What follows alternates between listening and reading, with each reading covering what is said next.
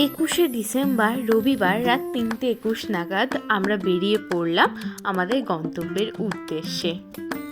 So hello everyone, welcome back to my travelling blog.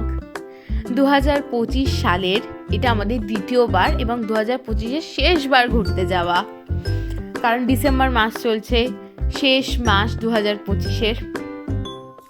তো আমরা চলে এলাম এয়ারপোর্টে।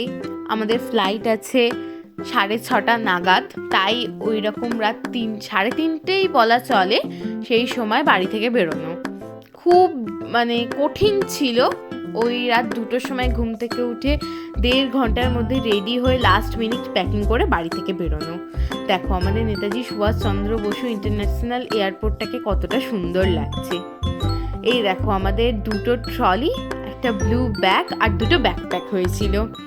তো এইসব নিয়েই ঢুকে পড়লাম এয়ারপোর্টে অনেক চেকিংয়ের পর আমরা গিয়ে বসতে পেরেছিলাম। এখানে চেকিংয়ের এত ঝামেলা যে সেখানে কোনো ভিডিওই নেওয়া হয়নি, অ্যাকচুয়ালি মনেই ছিল না সেসবের কথা আমার তখন। এই দেখো আমরা 2 ঘন্টা মতো বসেছিলাম এয়ারপোর্টে, ওয়েট করছিলাম আমাদের ফ্লাইটের জন্য। আর 2 ঘন্টা যে এতটা বড় সময় বসে থাকার জন্য এটা বুঝতেই পারিনি আমরা, কারণ আমাদের সাথেই পুচকুটা ছিল, ওর সাথেই বেশিরভাগ সময় কেটে গেছিলো।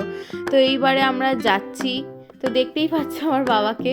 সবাই আমরা খুব এক্সাইটেড ছিলাম। আমরা টোটাল 18 জন বেড়াতে যাচ্ছিলাম পুচকুকে নিয়ে, আর পুচকুকে ছাড়া ওই 17 জন মতো। এই যে বাসে উঠে পড়েছি। তো বাস থেকেও দেখো বাইরের ভিউটা কতটা সুন্দর লাগছে, জাস্ট ওয়াও। এইটা হচ্ছে আমাদের ফ্লাইট, এয়ার ইন্ডিয়া এক্সপ্রেস। উঠে যাচ্ছি ফ্লাইটে। এটা আমার 5th টাইম ফ্লাইট এক্সপিরিয়েন্স বলে কথা, এক্সাইটেড থাকবো না আবার? দেখো আমাদের মুখগুলো দেখেই বুঝতে পারছি। আর পেছনে একজন দাদা ছিল আমাদের গ্রুপেরই, আমাদের মোটামুটি কাছাকাছি সিট পড়েছিল সবার। আমার মায়ের আর বাবার একদম পাশাপাশি সিট পড়েছিল। এই দেখো আমার উইন্ডো থেকে কতটা সুন্দর লাগছে বাইরের ভিউটা। তো এবার আমাদের ফ্লাইটের এক্সপিরিয়েন্স কেমন ছিল সেটা তোমরা সংক্ষেপে দেখে নাও।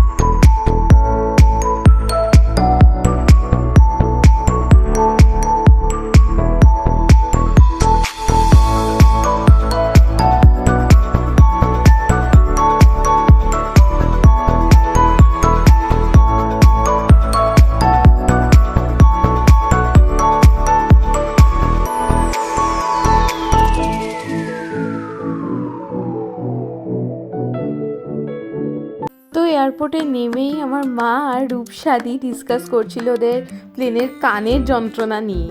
তো এটা কোন এয়ারপোর্ট তোমরা চিনতে পারলে অবশ্যই কমেন্ট করতে পারো। আমি এখন বলবো না, আমি নেক্সট ব্লগে তোমাদেরকে বলবো। তো তোমরা বুঝতেই পারছো যে কতটা গরম ছিল ওখানে। আমি সঙ্গে সঙ্গে খুলে ফেলেছি, দেন ব্যাগ ট্যাগ নিয়ে বেরিয়ে পড়লাম। ব্যাগ নিতে ওখানে অনেকটা টাইম লেগে গেছিলো। আমার যেন মনে হচ্ছিলো আমাদের ব্যাগগুলোই সব থেকে শেষে আসছে। তো পরের ব্লগ নিয়ে আসছি তাড়াতাড়ি, টাটা।